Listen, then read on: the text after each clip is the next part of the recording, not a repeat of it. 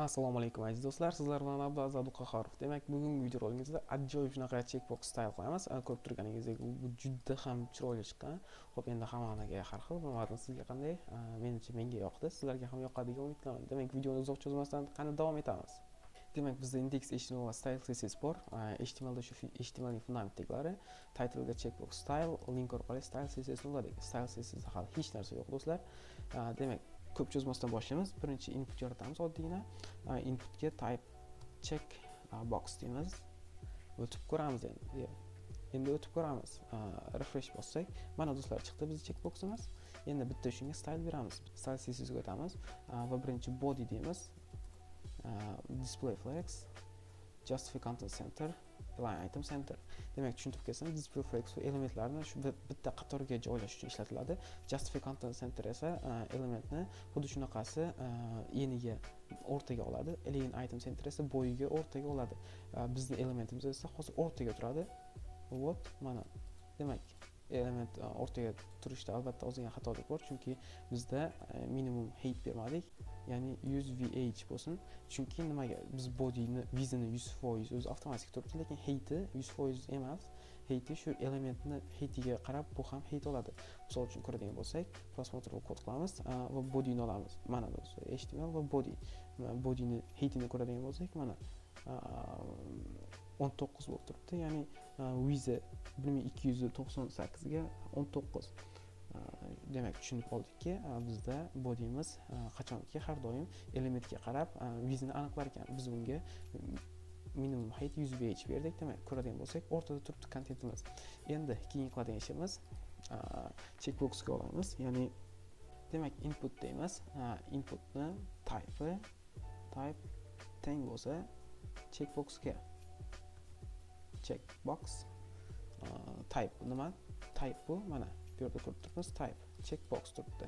Xuddi shu type checkboxga teng bo'lsa, bizni nimamiz bajarsin, ya'ni buyruqlarimiz bajarilsin. WebKit deymiz. WebKit appearance none. Hozir ko'rib ajoyib narsa deb o'ylaysiz, chunki mana bu butunlay yo'q bo'ladi. Qarang, refresh. Mana do'stlar, yo'q. Biz buni checkboxning vazifasini qanaqadir olib tashlaganga o'xshab qoldik. Endi appearance-ni ham none qilib qo'yamiz. None. Xo'p, vizini aytaylik 100 piksel qilamiz. 100 piksel, ya'ni bunaqasi kengligi. Endi height qilamiz. Heightini aytaylik 40 piksel. Xo'p, bo'ladi bunga ham.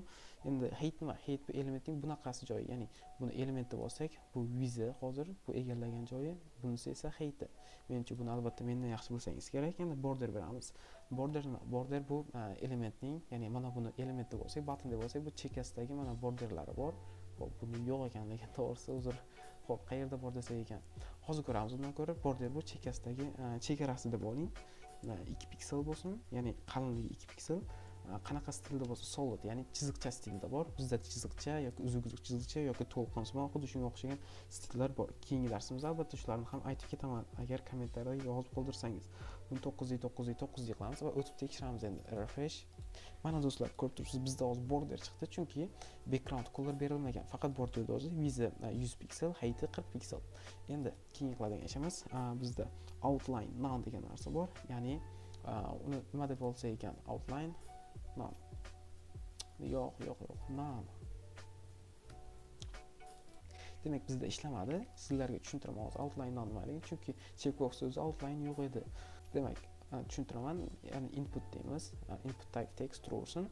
Refresh bersak, mana do'stlar, bizda input paydo bo'ldi. Border bor hozir, hover bo'lganda qarang, border rangi o'zgaryapti va ustiga bitta bosganda esa o'sha border qalinlashyapti. O'sha qalinlashishi bizda outline hisoblanadi, ya'ni ustiga kelib sichqoncha bosganda outline bo'lishi. Misol uchun buni shuni o'zidan style bersak, style outline none qo'yamiz. None. Endi o'tib ko'radigan bo'lsak, refresh va mana ustiga kelib bossak, boyagi qalinlashmayapti. Demak, outline variant tushundingiz degan umiddaman. Xo'p, davom etamiz endi. Outline none, border radius beramiz. Border radius 30 piksel, ya'ni border radius bu borderning, xo'p, refresh beramiz. Mana borderning bu qiyasi oval ne bo'lsin. Buni xohlaganingizcha qilsangiz bo'ladi. Xohlasangiz 100 piksel qilib qo'yamiz. Qani refresh.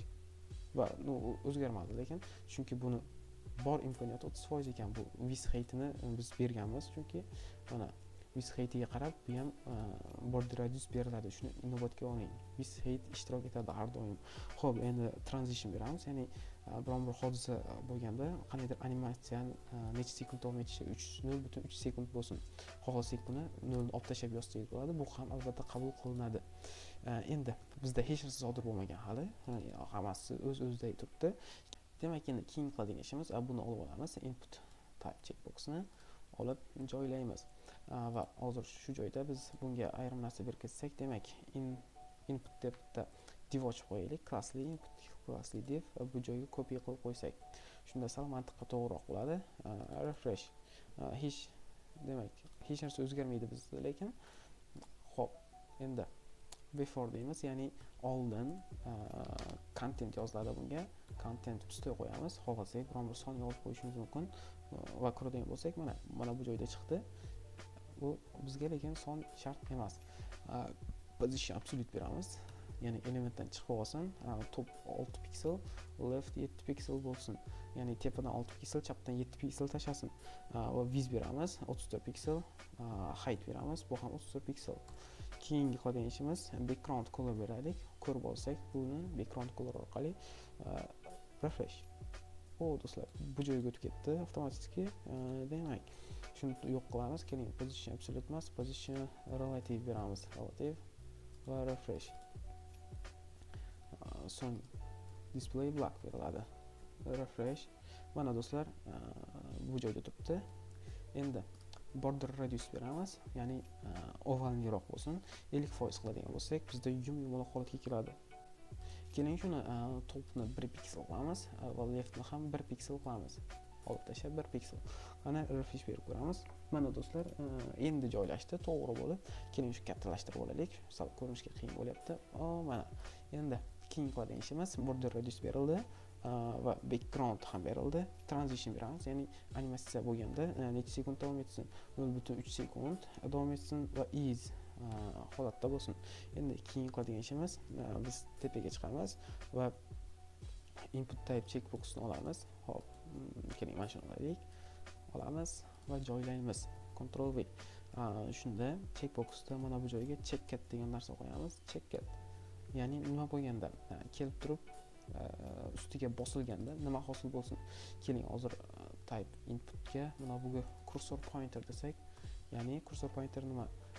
Sichqoncha ustiga kelganda qo'l paydo bo'lsin. Refresh. Va mana do'stlar, qo'l paydo bo'ldi. Pastga tushamiz va yozishni davom etamiz. Ikkita qilib qo'ysak va transform translate x, ya'ni x o'qib o'ylab. Qanaqa? Ya'ni chapdan o'ngga qarab degani 60 piksel bo'lsin. O'tib ko'ramiz endi. Refresh. Checkcat qilamiz. Checkcat va mana do'stlar. Demak, juda chiroyli holatga keldi. 60 piksel tashlayapti va yana bo'lsak, yana 60 piksel tashlayapti. Translate x bo'ylab harakatlanyapti. Endi background color'ini o'zgartiramiz, ya'ni ko'k rangga kirsin. 33 99 ff. Ko'ramiz endi. Refresh. Ana do'stlar, ajoyib holatga keldi. Endi lekin faqat elementni, ya'ni before'ni o'zi o'zgaryapti. Input before'ni. Endi keyingisiga o'tamiz. Input, mana shuni olib olamiz. Input type checkboxni va paste qilamiz. So'ng, demak, background color beramiz. Demak, panjara qo'yib, xuddi shu rangni qo'yamiz va o'tib tekshiramiz. Refresh va mana do'stlar. Demak, adashdik. Bizda background emas, border color ekan. Border color. Refresh beramiz va ko'ramiz do'stlar. Mana endi juda ham chiroyli holatga keldi. Demak, bugun bizning darsimizda qanday qilib xuddi shunaqa checkbox yasashni o'rgandik. Albatta sizga yoqqan degan umiddaman. Agar yoqqan bo'lsa, like va podpiska bosib qo'yishni unutmang. Do'stlar, har hafta sizga shunaqa videoroliklar chiqib turadi. Agar sizga shunga o'xshagan videoroliklar yoqsa, albatta kanalimizga a'zo bo'ling. Sog' salomat bo'ling. Sizlar bilan Abdulaziz bo'ldi. Xayr do'stlar.